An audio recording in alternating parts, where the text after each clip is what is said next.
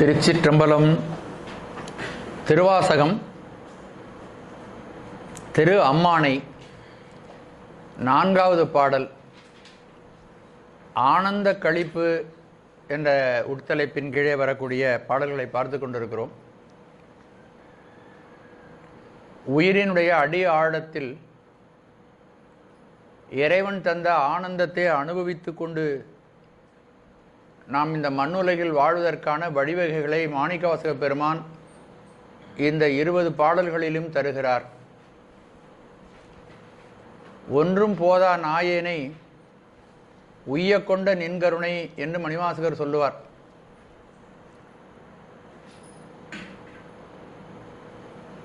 ஒன்றுக்கும் தகுதியில்லாத என்னை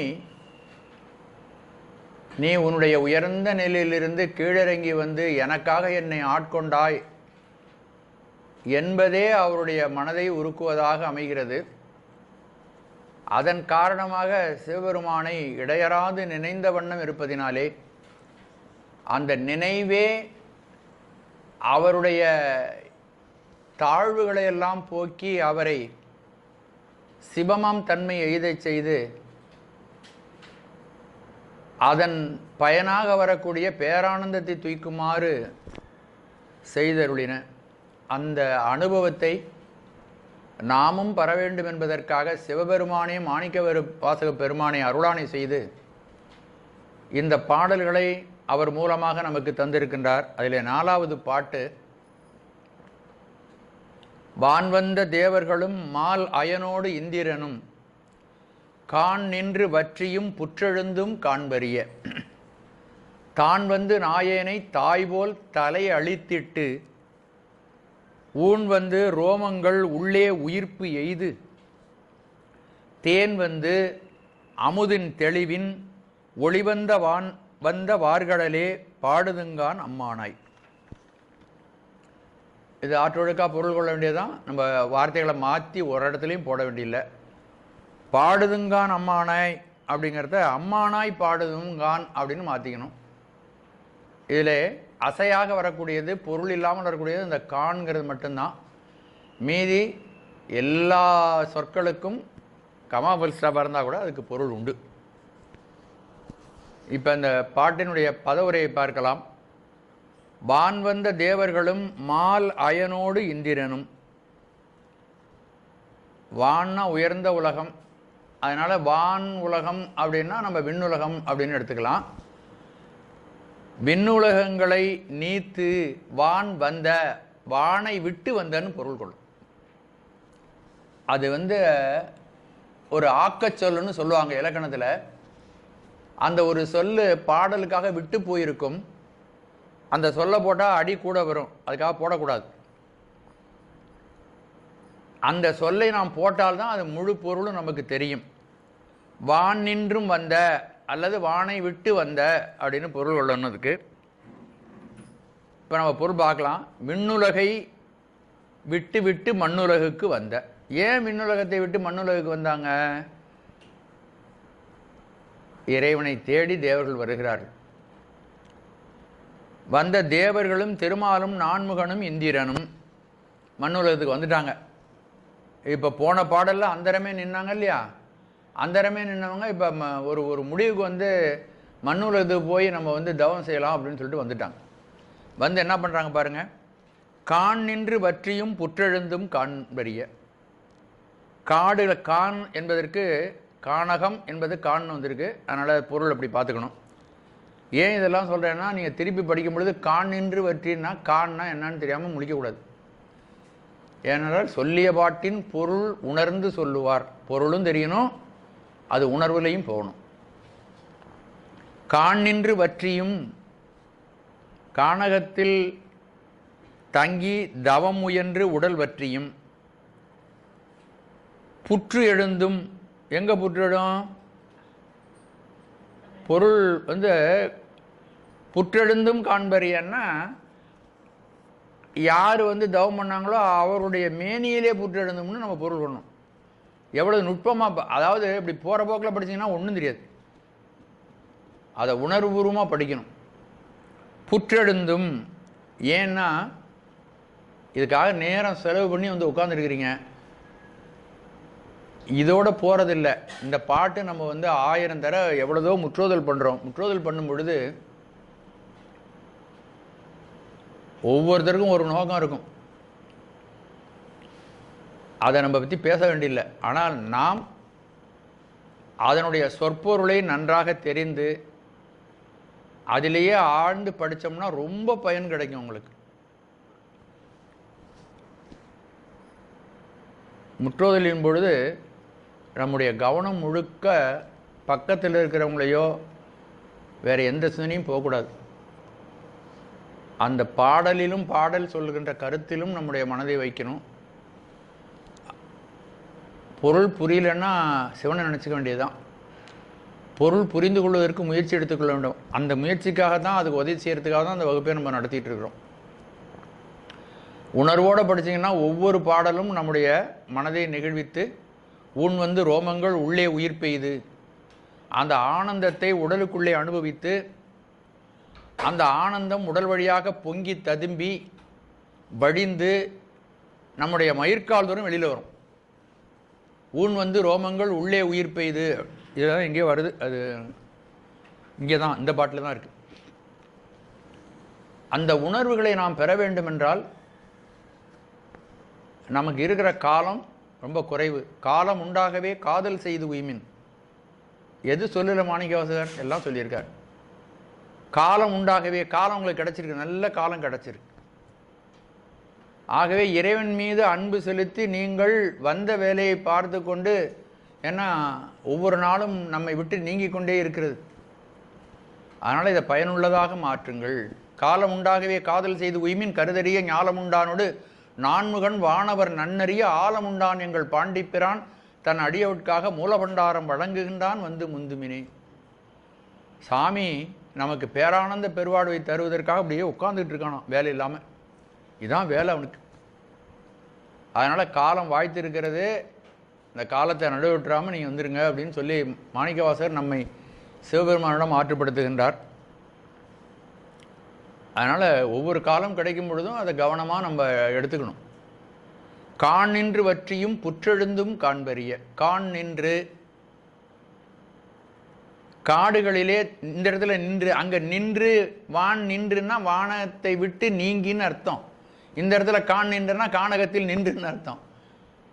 அது சொன்னால் தான் புரியும். அப்போ நம்ம அதை எடுத்துக்கணும். காடுகளில் தங்கி தவமுயன்று உடல் வற்றியும் மேனிமேல் புற்று எழுந்து மூடப்பெற்றும். அப்படி செய்தால் கூட அவர்களால் சிவபெருமானை காண முடியாது. ஆனால் தான் வந்து நாயேனை தாய்போல் தலையளித்திட்டு தானே வலிய எழுந்தருளி இழிந்த எனக்கு அன்னை போல அருளை நல்கி, இழிந்த நாய் போன்ற எனக்கு தாய் போல் தலையளித்திட்டு, தாயை போல தலையான தலை அழி, அழின்னா கருணை, தலைன்னா தலையாய கருணையை எனக்கு வழங்கின்னு அர்த்தம். இதெல்லாம் சொன்னால் புரியும். சொல்லும் பொழுது விட்டுறாமல் பார்த்துங்க. தலை அழித்திட்டு, தலை அழித்திட்டுனா நம்ம தலையை கொடுத்து அப்படின்லாம் அப்படி தான் நமக்கு தோணும். தலை அழித்திட்டு அப்படி தானே வரும். இங்கு தலையாய கருணையை நமக்கு கொடுத்துன்னு அர்த்தம், அருளை நல்கி. ஊன் வந்து ரோமங்கள் உள்ளே உயிர் பெய்து, அந்த கருணையை நல்கிய உடனே அந்த கருணை உடம்புக்குள்ளே போய் மயிர்கால் தோறும் உள்ளே இருக்கின்ற இன்பம் அந்த மயிர்கால் தோறும் வெளியே புறப்பட்டு வருது, மயிர் கூச்செறிகிறது. இதெல்லாம் எது உண்டு பண்ணுதுன்னு சொல்ல வர்றார். தேன் வந்து அமுதின் தெளிவின் ஒளி வந்த, தேலை போல இனித்து அமுதத்தின் தெளிவாகி ஞானமயமாய் நின்றதும் மேன்மை பொருந்தியதுமான வார்கடலே அம்மானாய் பாடுதுங்கான். மேன்மை பொருந்தியதுமான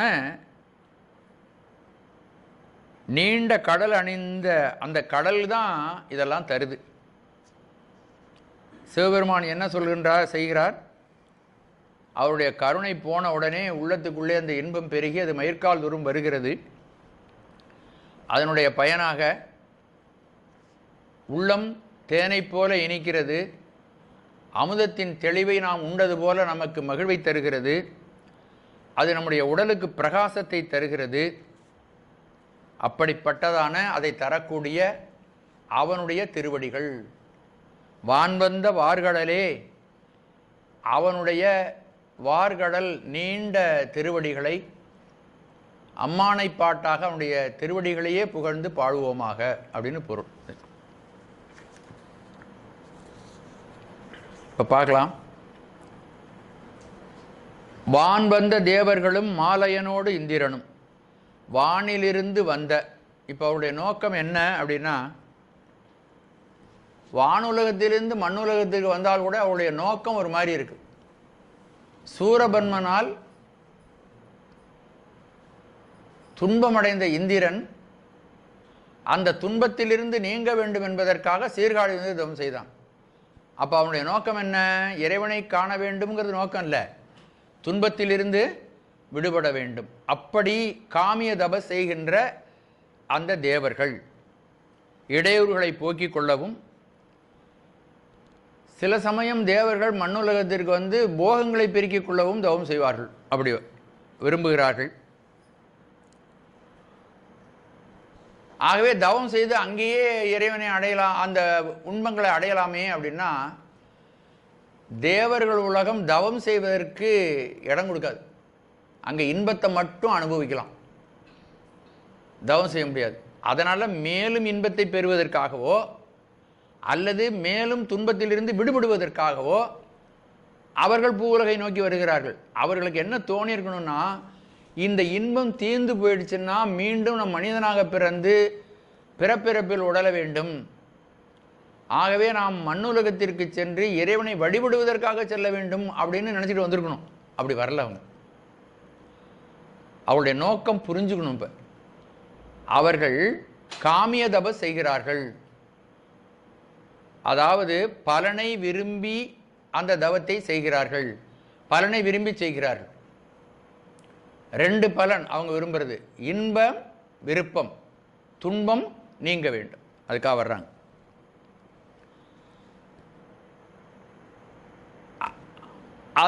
யாருக்கு இறைவன் அகப்படுவான்னா, ஒரு ஆடம்பரமும் இல்லாமல் அடுத்தவங்களுக்கு கூட தெரியாமல் யார் மனசுக்குள்ளேயே அந்த அன்பை போற்றி பாதுகாக்கிறார்களோ அவர்களுக்கு வருவான். நெக்கு நெக்கு நினைப்பவர் நெஞ்சுளி. யார் நெகிழ்ந்து நெகிழ்ந்து மனதுக்குள்ளே, இப்போ நம்ம சொன்ன கருத்துக்கெல்லாம் ஒரு நாள் சொன்னது மறக்கலாம் இல்லலாம், அவ்வளவு விஷயங்கள் சொல்லியிருக்கிறோம். அதையெல்லாம் மனதிலே யார் வைத்துக்கொண்டு இறைவனுடைய கருணையை நினைத்து கொண்டு நெஞ்சம் நெகிழ்கிறார்களோ, நெக்கு நெக்கு நினைப்பவர் நெஞ்சுளே புக்கு நிற்கும் பொன்னார் சடை புண்ணியன். அவங்களுடைய இதயத்துக்குள்ளே வந்து புகுந்துக்குவான். அவனுடைய அருளிப்பாடுகளை எல்லாம் நினைத்து பார்த்தோமானால், அது அல்லாமல் யார் ஆடம்பரத்துக்காக பொக்கம் மிக்கவர் பூவும் நீரும் கொண்டு, யார் மற்றவங்க பார்த்து நம்மளை பாராட்டணும்னு உலகத்தார் பார்த்து பாராட்டுவதற்காக பொக்கம் மிக்கவர் பூவும் நீரும் கண்டு நக்கு நிற்பார் அவர் தம்மை நாணியே. சாமியே சிரிச்சுவானா, ஏண்டா வெட்டி வேலை பார்த்துட்டு இருக்க, நீ உண்மையான அன்பாக இருந்தால் உனக்கு உயர்வு கிடைக்குமே, நீ பூஜையும் பண்ணுற, நல்ல காரியம்தான் பண்ணுற, ஆனால் நோக்கம் சரியில்லைப்பா, இதனால் உனக்கு பயன் விளையாதே, பயன் விளையாடுற காரியத்தை நீ பார்க்கக்கூடாதா. இந்த போற்றி பகருடையன்னு ஒரு நூல் இருக்குது. இதே மாதிரி சாமி அவங்களெல்லாம் பார்த்துட்டு, இப்படி வாழ்க்கையை வீணாக்காதப்பா, உனக்கு நான் கொடுத்த காலம் பொற்காலம், தேவையில்லாத விஷயங்களில் நீ கவனத்தை செலுத்தாதே. அது மாதிரி யமதர்மராஜன் நினைக்கிறான். அவனுக்கு நேராக வர்றாங்க. வந்த உடனே கடுமையான தண்டனைகள், நான் சொல்லக்கூட என்னால் முடியல, அவ்வளோ கடுமையான தண்டனைகளை கொடுக்குறான். கொடுத்துட்டு கடைசியில் சொல்கிறான், அட பாவி பயிலோட, அவனே அவன் வாயில் சொல்கிறான், பாவி பசங்களா, பூவுலகத்தை கொடுத்தாமே, உங்களுக்கு பூவுலகம் கொடுத்தோம் இல்லையா, அங்கே புண்ணிய செயல்கள் செய்கிறதுக்கு எவ்வளவு வாய்ப்புகள் கொடுத்தோம், அதை விட்டுட்டு வலிந்து வந்து நீ இந்த மாதிரி தவறான காரியங்களை எல்லாம் செய்து பாவி பயில சொர்க்கத்துக்கு போகாமல் நரகத்தில் வந்து என் பார்வையில் மாட்டினடா, என் கண்ணில் படலாமடா நீ கேட்குறான். இப்படிப்பட்ட துரதிருஷ்டம் உனக்கு வந்துச்சே, என் கண்ணில் பட்டுட்டிய நீ அப்படின்னு சொல்லிட்டு அவனுக்கு தண்டனை கொடுக்குறான். அந்த தண்டனை என்னன்னு உங்கள்கிட்ட சொல்கிறதுக்கே எனக்கு மனசு வரல. சாமி என்ன பண்ணுறாராம், நெக்கு நெக்கு நினைப்பவர் நெஞ்சுலே புக்கு நிற்கும் பொன்னார்சடை புண்ணியன் பொக்கம் மிக்கவர் பூவும் நீரும் கண்டு நக்கு நிற்பர் அவர் தம்மை நாணி. அவர் பார்த்து சிரிக்கிறாராம் சாமி, ஏண்டா வீணாக்கிற வாழ்க்கையை அப்படின்னு சொல்லிட்டு. இந்த உலகத்திற்கு மண்ணுலகத்திற்கு தேவர்களைப் போலவே ஏராளமானவர்கள் மண்ணுலகத்திற்கு தவம் செய்கிறார்கள். சுந்தரமூர்த்தி சுவாமி பார்க்குறார், இவ்வளவு பேர் தவம் செய்கிறாங்க. அதை பார்த்து நானும் உன்னுடைய திருவடியை அடைந்து தவம் செய்கிறேன். திருப்பன்கூர்னு ஒரு தலம், அற்புதமான ஒரு பதிகம். சுந்தரமூர்த்தி சுவாமிகள் திருப்பன்கூரில் பாடினதை நீங்கள் நினச்சி பார்த்தீங்கன்னா நெஞ்ச நெகிழ்விக்கக்கூடியது. இயக்கர், கிண்ணறர், யமனோடு வருணர் இவங்கெல்லாம் கும்பிட்டாங்களாம் சாமியை. இயங்கு தீ, அக்னிதேவன் வழிபடுகிறான். இயங்கு தீ, வழி, காற்று அவன் கும்பிடுறான். ஞாயிறு, திங்கள், சூரிய பகவான் வழிபடுறான். திங்கள், சந்திரன் வழிபடுறான். மயக்கமில் புலி, புலி கீழான ஜென்மனுடைய புலி கும்பிடுது.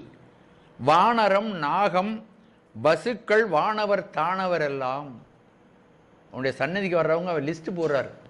வானவர், தானவர் எல்லாம் அயற்பு ஒன்று இன்றி நின் திருவடி அதனை. எல்லோரும் மிக ஆர்வத்தோடு கொஞ்சம் கூட களைப்பு செழிப்பு இல்லாமல் உன்னுடைய திருவடியை வணங்குவதற்கு வருகிறார்கள். திருவடி அதனை அர்ச்சித்தார். பெருமாறு அருள் கண்டு ஒரு புலி கும்பிட்டு அது அருள் பெற்றுதே. ஒரு வானரம் கும்பிட்டு நண்டாங்கோயிலில் பாருங்கள், நண்டு வழிபட்டது. இப்படியெல்லாம் வழிபட்டதை பார்த்து அவர்களெல்லாம் அருள் பெறுவதற்கு நான் பார்த்தேன். பார்த்த உடனே எனக்கு எல்லா சந்தேகங்களும் நீங்கி போய் திகைப்பு ஒன்று இன்றி நின் திருவடி அடைந்தேன். கொஞ்சம் கூட சலனம் இல்லாமல் உன்னுடைய திருவடி அடைந்தால் நிச்சயம் உயர்வு கிடைக்கும் என்ற உறுதியோடு உன்னுடைய திருவடி அடைந்தேன். செழும்பொழில் திருப்பன்கூர் உலானே.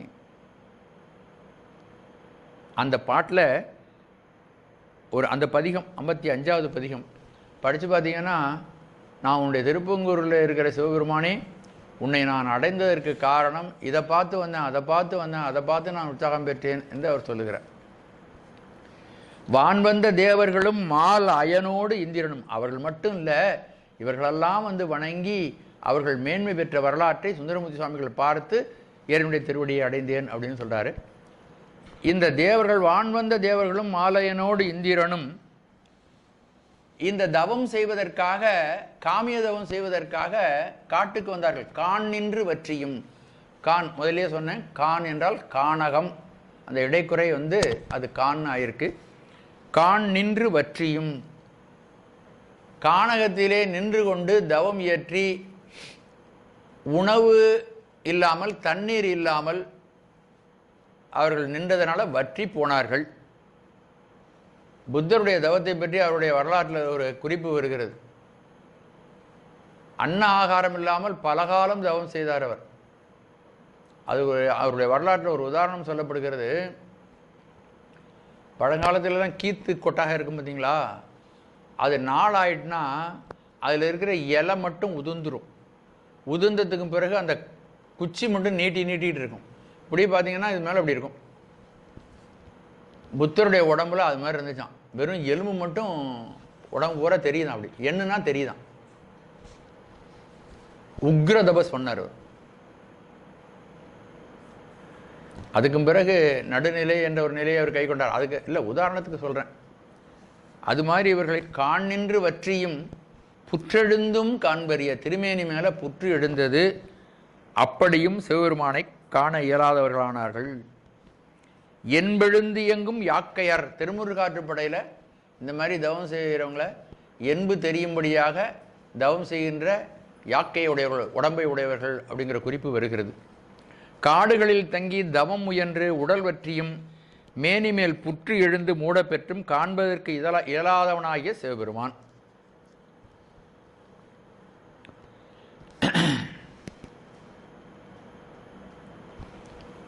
ஏன் அந்த மாதிரியான தவம் செய்தும் அவர்கள் செய்தது காமிய தபசு, எதிர்பார்ப்போடு கூடியது, அது ஒரு காரணம். இன்னொரு காரணம் என்னன்னா, எவ்வளவு வினைகள் இருக்கிறவோ சிவபெருமானை வணங்கி அவனுடைய திருவருளை பெறுவதற்கு நாம் முயன்றால் நம்முடைய வினைகள் தன்னுடைய செயலிழந்து வினைகள் அந்த பிராரத்தம் நிகழும். பிராரத்தம் நம்ம அனுபவிக்கணும். ஆனாலும் அவைகள் செயலிழந்து வலிமை குன்றி அவைகள் நமக்கு தீவிரமான துன்பத்தை தராமல் உடல் ஊடாக இந்த வினைகள் கழிஞ்சு போயிடும், நம்மளை விட்டு நீங்கிடும். ஆனால் நோக்கம் தெரியாமல் காமிய தபசு செய்கின்றவர்களை அந்த வினை இருக்கிற வரையிலும் அதற்கான பலன் அவர்களுக்கு வராமல் அவர்கள் வாடுவார்கள். காண்பறிய இறைவனை அறியங்கிறது இங்கே காணவே முடியாது. காணவே முடியாமல் அவர்களுக்கு இறைவன் வசப்பட மாட்டான், அவர்களுக்கு காட்சி தரவில்லை. இங்கே அப்படியே அடுத்த காட்சியை சொல்லுகின்றார் மாணிக்க வாசகர். தான் வந்து நாயேனை தாய்போல் தலையளித்திட்டு. தான் என்பது இங்கே இறைவன் சிவபெருமான். தான் வந்து நாயேனை நாய் போன்ற என்னை தாய் போல கருணை செய்து, தாயினுடைய கருணை எப்படிப்பட்ட கருணை? தலையாய அன்பு. உலகத்திலேயே இறைவனுடைய அன்பு எப்படி இருக்கும்னு நம்ம கேட்டோம்னா அது தாயினுடைய அன்பைத்தான் நம்ம அதுக்கு உதாரணமாக சொல்லலாம். அந்த தாயை தவிர மற்ற அன்பை நம்ம அதுக்கு உதாரணமாக சொல்ல முடியாது.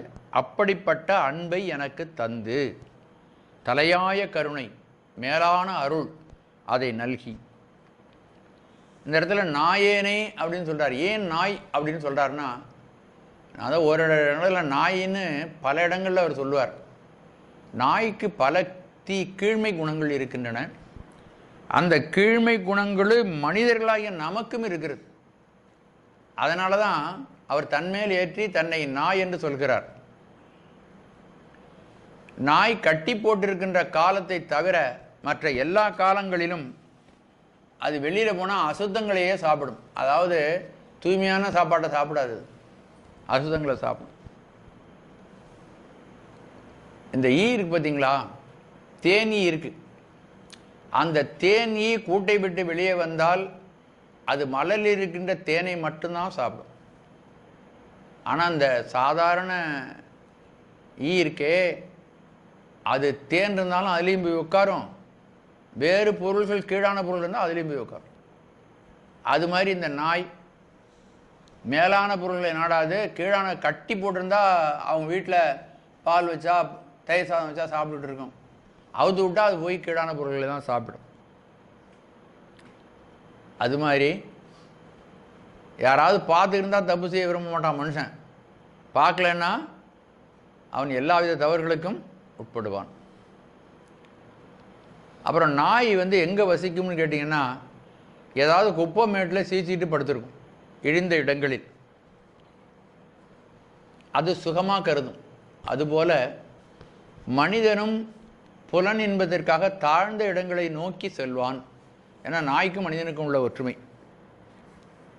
அப்புறம் நாய் என்ன பண்ணுன்னா, மூணாவதா வீட்டுக்குள்ளேயும் வராது, வெளியிலையும் போகாது, நடுவாசப்படியில் படுத்துக்கும். அது மாதிரி மனிதனும் ஆன்மீக வாழ்க்கையிலையும் முழுசாக இடமாட மாட்டான், உலகியல் வாழ்க்கையிலும் ஈடுபட மாட்டான். ரெண்டும் கட்டானா வாழ்ந்துக்கிட்டு இருப்பான். அந்தரமே நிற்கன்னு படித்தோம்ல, அது மாதிரி நாய் உமிழ்ந்ததையே சாப்பிடும். மனிதனும் அதை போல எந்த இன்பங்களை துய்த்து கொண்டிருந்தானோ அதையே துய்ப்பதற்காக, அதையே அனுபவிப்பதற்காக திரும்ப திரும்ப அதிலேயே மனத்தை செலுத்துவான்.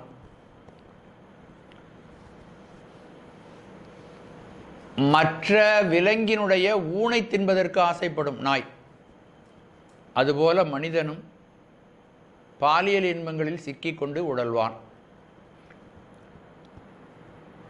அப்புறம் நாய் என்ன பண்ணும், எலும்பை கடிக்கும். எலும்பை கடித்து கடித்து மறுபடியும் கடிக்கும். எலும்பில் ஒன்றும் இருக்காது, அதில் சுவையும் கிடையாது. அந்த எலும்பை கடிக்கும் பொழுது எலும்பு அதனுடைய ஈரலில் போய் படும். அதனுடைய நாக்கிலிருந்தும் ஈரலிருந்தும் வரக்கூடிய இரத்தம் வரும் பொழுது அதையே சுவைத்து இந்த எலும்பிலிருந்து சுவை வருவதாக நினைத்து அது மீண்டும் மீண்டும் கிடைக்கும். அதுபோல் மனிதன் ஓரளவுக்கு மேல் இன்பம் தூய்க்கும் பொழுது தன்னுடைய உடற்சக்திகளை எல்லாம் அவன் இழந்து விடுவான். அது ஐம்புல இன்பங்கள் எதில் ஈடுபட்டாலும் குறிப்பிட்ட அளவோடு அனுபவிக்கும் பொழுது அது சரியாக இருக்கும். அதுக்கு பிறகு மீதூர்ந்த இன்பங்களை அனுபவிக்கும் பொழுது அவனுடைய உடல் சக்திகளெல்லாம் அது களைப்பையும் சலிப்பையும் முதுமையையும் நோயையும் உண்டு பண்ணிவிடும். அடுத்தது உட்காந்துருக்கோம், திடீர்னு ஓடி கிழக்க ஓடி வந்து மறுபடியும் திருப்பி அதே இடத்துக்கு வந்து படுத்துக்கும், மறுபடியும் வேற ஒரு திசைக்கு ஓடும், திருப்பி வந்து படுத்துக்கும். குறிக்கோள் இல்லாமல் அலைதல். மனிதனும் வாழ்க்கையில் என்ன குறிக்கோள்னு அதை திடமாக வச்சுக்க மாட்டான். ஏதாவது ஒரு குறிக்கோளை அவன் எடுத்துக்குவான், எடுத்துக்கிட்டால் அதில் ஆழ்ந்து நிற்காமல் அதுலேருந்து விலகி விலகி போயிடுவான். இதெல்லாம் இது மாதிரி நாய்க்கு இழிந்த குணங்கள். அதனால தான் இது மாதிரியெல்லாம் என்னுடைய மனித வாழ்க்கை இருக்கிறது என்பதனால தான் அடிக்கடி பார்த்திங்கன்னா நாய் போல்னு சொல்லுவார். நான் இதே விஷயத்தை இப்போ நான் சொன்ன இதே விஷயத்த இப்போ இந்த திருவாசக வகுப்புலேயே இந்த வகுப்பில் சொன்னான்னு தெரியல, எனக்கு பல இடங்களில் சொல்லியிருக்கேன். இன்னொன்று, நாய்க்கு ஒரு நல்ல குணம் உள்ளது, நன்றி உள்ளது. அது அந்த குணம் இல்லை. ஞாயிற்கடையாம் நாயேனே நயந்தினியை ஆட்கொண்டாயின்னு ஒரு இடத்துல சொல்கிறார். அப்போ நாயை விட மோசமானவன்னு சொல்லும் பொழுது அந்த நன்றிங்கிற குணம் கூட இல்லை. நீ தான் எனக்கு எல்லாம் கொடுத்த, நீ தான் எனக்கு எல்லா பொருள்களையும் தெரியும்படியாக அறிவித்தாய், எனக்கு அனுபவத்தை தந்தாய், எல்லா நன்மையும் நீயே தந்தாய், என்னுடைய உடல் வாழ்க்கை எல்லாத்தையும் நீ தான் கொடுத்த. இருந்தாலும் ஒன்றை நான் நினைக்காம உனக்கு அப்பாற்பட்டு மற்ற விஷயங்களையே நான் நினைக்கிறேன். அதனால் ஞாயிற்கடையாம் நாயேனேன்னு இன்னொரு இடத்துல சொல்கிறார். ஆகவே இந்த இழிந்த குணங்களிலிருந்து நாம் நீங்கினோமானால் நல்லதுங்கிறதுக்காக தான் இதை சொல்லுகிறார். அப்படிப்பட்ட எனக்கு தாய் போல் தலையடித்துட்டு அதெல்லாம் பொருட்படுத்தலை. அம்மா பையன் என்ன பண்ணாலும் அவங்க பையனை ஆதரிப்பாங்க. திருடிட்டு வந்தான்னு வச்சுங்களேன், அவன் நல்ல புள்ளவன், கிரகம் சரியில்லை, இந்த மாதிரி போய் கொண்டு விட்டுட்டு அப்படின்னு கிரகத்து மேலே தான் அந்த குறைய சொல்லுவாங்க. இவன் நல்லவன் தான், என்ன தப்பு பண்ணாலும் ஒத்துக்க மாட்டான். தாய் போல் தலையளித்திட்டு, தாய் எப்படி தலைத்தரமான கருணையை, அன்புன்னு கூட சொல்ல முடியாது, அதை கருணைன்னு தான் சொல்லணும், அப்படிப்பட்ட அன்பை. இன்னொன்று, இந்த தாய் என்ன பண்ணுவாங்கன்னு கேட்டிங்கன்னா, ஒரு குழந்தை கேட்காமலேயே அந்த குழந்தைக்கு எல்லாம் செய்வார்கள். சின்ன குழந்தையா இருக்குது, அது அசுத்தம் பண்ணிவிட்டு அந்த படுக்கையிலே படுத்துருக்கு, அது கூப்பிட்டு சொல்லுமா? அதுக்கு என்ன தெரியும்? ஒன்றும் தெரியாது. ஆனால் இந்த நேரத்தில் இந்த மாதிரி இருக்கும் அந்த குழந்தைன்னு சொல்லி அதை தூய்மை செய்வதிலிருந்து, அதுக்கு பால் கொடுப்பதிலிருந்து, அதனுடைய தேவைகளை, நேரத்திலேருந்து பிள்ளைய தொட்டால் ஜுரம் அடிக்குது, சுடுது அப்படின்னு டாக்டர் அவங்க தான் அழைச்சிட்டு போவாங்க. குழந்தை சொல்லாது. தாய் போல் தலையெடுத்துட்டு சிவபெருமானும் அந்த அன்பை செலுத்துகிறான். ஏன்னா நம்மை சுற்றி இருக்கின்றவர்கள் நமக்கு எவ்வளவு நெருக்கமானவர்களாக இருந்தாலும் நமக்கு பக்கத்தில் தான் இருக்காங்க. ஆனால் அவன் நமக்கு உள்ளே இருக்கான். என்ன நிகழ்கிறது என்று அவன் ஒவ்வொரு நிமிடமும் நம்மை கவனித்து கொண்டே இருக்கிறான். தாய் போல் தலையடித்திட்டு, என்ன வேண்டும் என்று கேட்க தெரியாத எனக்கு வேண்டியதையெல்லாம் நீயே தருகிறாய். தாய் போல் தலையடித்திட்டு. இந்த பொருளை இன்னும் விரிவாக நம்ம பார்க்கலாம்.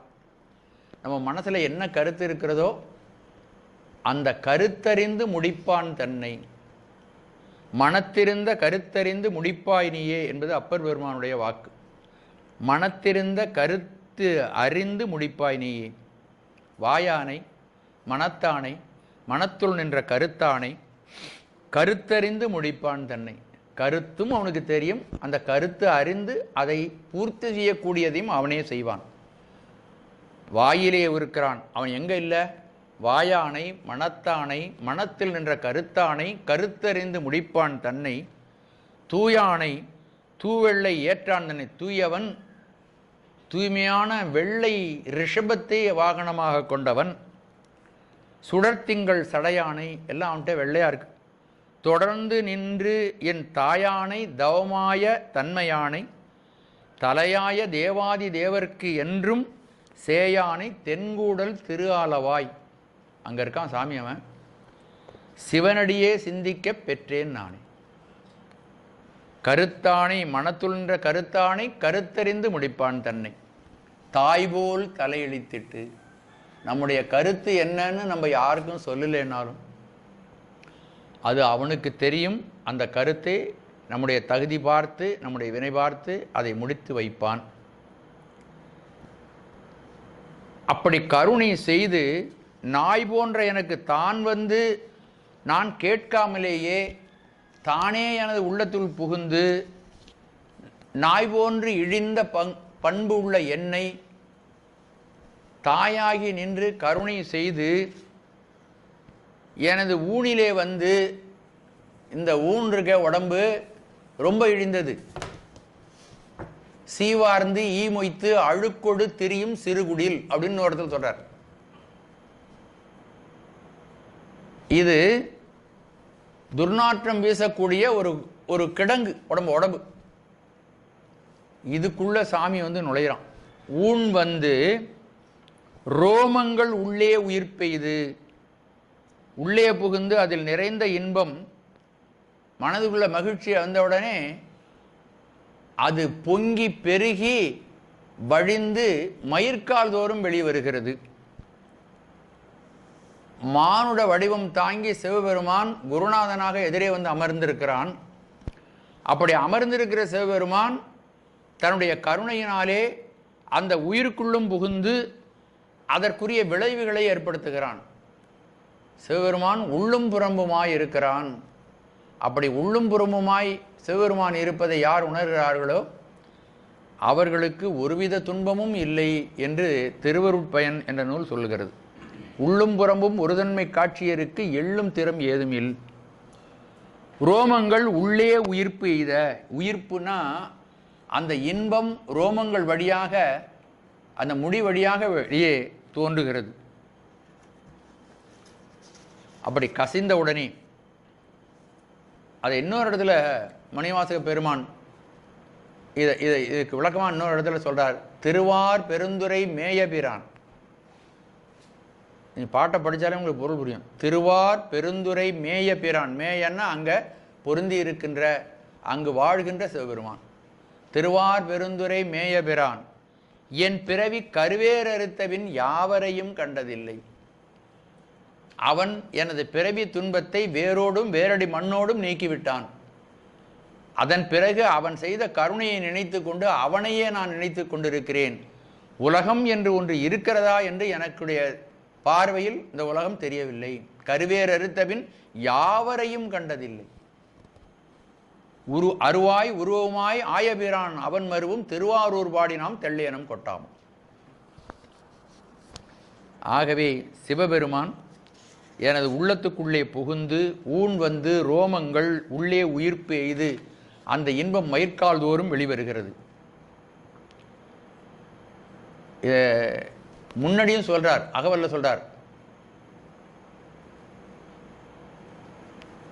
செழுந்தன் பார்க்கடல் திரைபுரை வித்து உவாக்கடல் நல்லு நீர் உள்ளகம் துதும்ப வாக்கிறந்து அமுதம் மயிர்கால்தோறும் தேக்கிடச் செய்தனன் கொடியேன் ஊந்தழை குரம்பை தோறும் நாயுடலகத்தே குரம்பை கொண்டு இந்தேன் பாய்த்தின நிரப்பிய அற்புதமான அமுத தாரைகள் எற்பு துளைதோறும் ஏற்றினன் உருகுவது உள்ளம் கொண்டு ஓர் உருச்செய்தாங்க எனக்கு அள்ளூறு ஆக்கமை தன் என் உடம்பையே அமுதமயமாக மாற்றிவிட்டான்.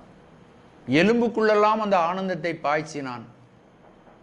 அந்த ஆனந்தம் கரை புரண்டு ஓடியது அப்படின்னு சொல்றார்.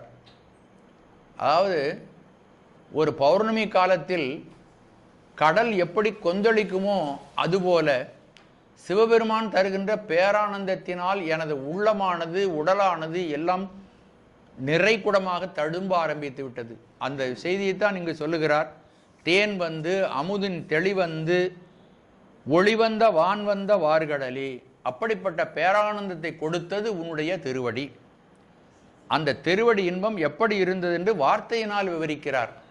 தேனை போல இனித்தது, அமுதத்தின் தெளிவை போல இனித்தது, அது ஒளி பொருந்தியதாக இருந்தது, அது இதய ஆகாசத்தில் தோன்றியது. அந்த பெருமைமிக்க திருவடி எனக்கு பேரானந்தத்தை தந்தது. ஆகவே நீ என்னை தேடி வந்து நாய் போன்ற எனக்கு உன்னுடைய திருவடியின் மூலமாக இந்த பேரானந்த பெருவாழ்வை தந்தாய். அந்த பேரானந்தத்தை அம்மானை பாட்டின் பொருளாக வைத்து நாங்கள் அம்மானை ஆடுவோமாக அப்படின்னு இந்த பாடலை சொல்கிறோம். இந்த பாடலிலே முக்கியமாக நம்ம தெரிந்து கொள்ள வேண்டியது, ஒரு பலனை எதிர்பார்த்து செய்யக்கூடிய காமிய தபஸ். காமிய தபஸ்ன்னா எதிர்பார்ப்போடு கூடிய வழிபடல். அதற்கு இறைவன் அவர்களுக்கு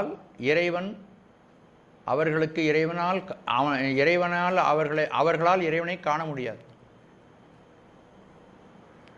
யார் ஒரு ஏழை அடியாராக இருந்தாலும் அவர்கள் மெய்யன்புடையவர்களாக இருந்தால் அவர்களுக்கு இறைவன் தன்னுடைய தரிசனத்தை வழங்குவான்.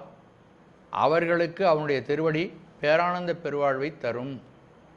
எந்த எதிர்பார்ப்பும் இல்லாமல் அன்புக்காகவே அவனை அன்பு செலுத்துகின்றவர்களுக்கு எல்லா விதமான பேரானந்தமும் அவனால் தரப்படும், வழங்கப்படும். அப்படிங்கிறத மணிவாசக பெருமான் இதை வழுத்துகிறார். காமிய தபசு வேண்டாம். இறைவனை எல்லாம் அவனுக்கு தெரியும். எல்லா விஷயங்களும் அவனுக்கு தெரியாது ஒன்றும் இல்லை. பரமஹம்சர் சொல்லுவார், எறும்பின் காலடி ஓசை கூட அவனுடைய காதுக்கு கேட்கும். அதனால் நம்ம என்ன தகுதி, நமக்கு என்னென்ன அப்படிங்கிறது அவனுக்கு தெரியும். ஆகவே அவன் நமக்கு எல்லாம் வழங்குவான். அவனை தவிர நமக்கு துணை இல்லை. அவனே நமக்கு அறிவித்து அந்த அனுபவத்தையும் தருகிறான். ஆகவே அவனுடைய திருக்கரங்களில், அவனுடைய பாதுகாப்பில் நம்முடைய வாழ்வு சிறப்பாக இருக்கும் என்ற நம்பிக்கை நமக்கு உறுதியாக ஏற்படுமானால் எல்லா துன்பங்களிலிருந்தும் நம்மை நீக்கி நமக்கு ஒரு பேரானந்த வாழ்வை அவன் தருவான் அப்படிங்கிறத அந்த பாடலில் சொல்லுகின்றார். பாட்டை ஒரு தடவை பார்க்கலாம். வான் வந்த தேவர்களும் மாலயனோடு இந்திரனும் காண்நின்று வற்றியும் புற்றெழுந்தும் காண்பறிய தான் வந்து நாயேனை தாய்போல் தலையளித்திட்டு ஊன் வந்து ரோமங்கள் உள்ளே உயிர் பெய்து தேன் வந்து அமுதின் தெளிவின் ஒளி வந்த வான் வந்த வார்கடலே பாடுதுங்கான் அம்மானாய். திருச்சிற்றம்பலம்.